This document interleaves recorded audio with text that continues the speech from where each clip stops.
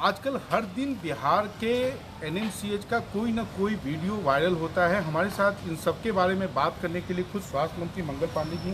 Sir, ये आखिर क्या बात है कि डेड बॉडी जो है 12-12 घंटे बिहार के स्पेशल कोविड अस्पताल में रखा रहता है? नहीं, देखिए, जो कोविड के डेड बॉडी का प्रोसीजर है, उस प्रोसीजर को पूरा फॉलोअप करना पड़ता है। उसके कुछ नियम कानून हैं कि एक सामान्य व्यक्ति की मृत शरीर की तरह उसको आप नहीं हॉस्पिटल से बाहर निकाल सकते हैं।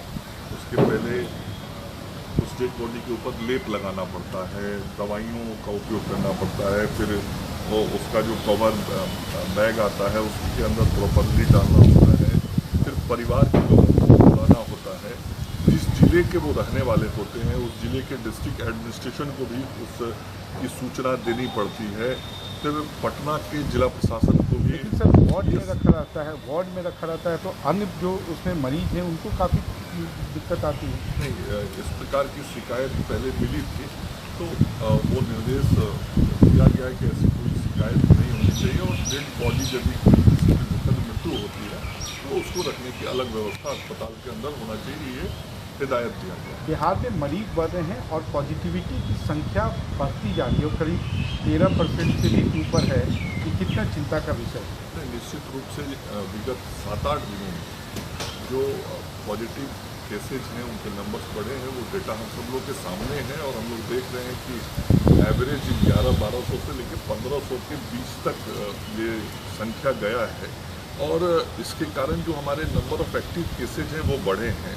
तो हमने जो अपनी सुविधाएं व्यवस्थाएं बनाई हुई हैं, उन व्यवस्थाओं के अंतर्गत इन लोगों को इलाज तो हम कर रहे हैं, लेकिन इस संक्रमण के चेन को तोड़ने के लिए हम सब लोगों ने अब टेस्टिंग को और बढ़ाने का निर्णय किया है। हम सब डिविजनल हॉस्पिटल तक टेस्टिंग शुरू कर दिए हैं, और इसी सप्ताह में हम इसको पीएससी लेवल तक ले जा रहे हैं। और जो कंटेनमेंट जोन है, उस कंटेनमेंट जोन को भी बेहतर तरीके से देखरेख करने का प्रयास किया जा रहा है। सर, लेकिन नंबर ऑफ पेशेंट जो बढ़ रहे हैं, तो आपके कोविड अस्पताल में उतने बेड्स हैं या सबको तो आप होम आइसोलेशन का भी ऑप्शन रखेंगे? नहीं, देखिए, जो मरीज जैसा है उसके साथ वैसा ट्रीटमेंट करने का प्रोटोकॉल है। जो एसिम्प्टोमेटिक मरीज है, जिसमें कोई लक्षण नहीं है, वो होम आइसोलेशन में रह सकते हैं, बशर्ते घर में उनको रहने के लिए एक अलग कमरा होना चाहिए, और उनको सेल्फ डिक्लेरेशन इस बात का देना होगा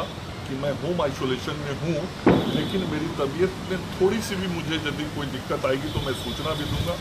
और स्वास्थ्य विभाग की तरफ से भी ये कोशिश हो रही है कि हम जो डिक्लेयर करके होम आइसोलेशन में रह रहे हैं, हम उनका भी हालचाल लेते रहें। उसके अतिरिक्त यदि किसी को ज़रूरत पड़ती है थोड़ा चिकित्सकीय सुझाव का या दवाइयों का, तो उसके लिए आइसोलेशन सेंटर्स हमारे बने हुए हैं पूरे राज्य में, और उन आइसोलेशन सेंटर्स के अंदर वैसे कोरोना के पॉजिटिव मरीजों को रखा जाता है।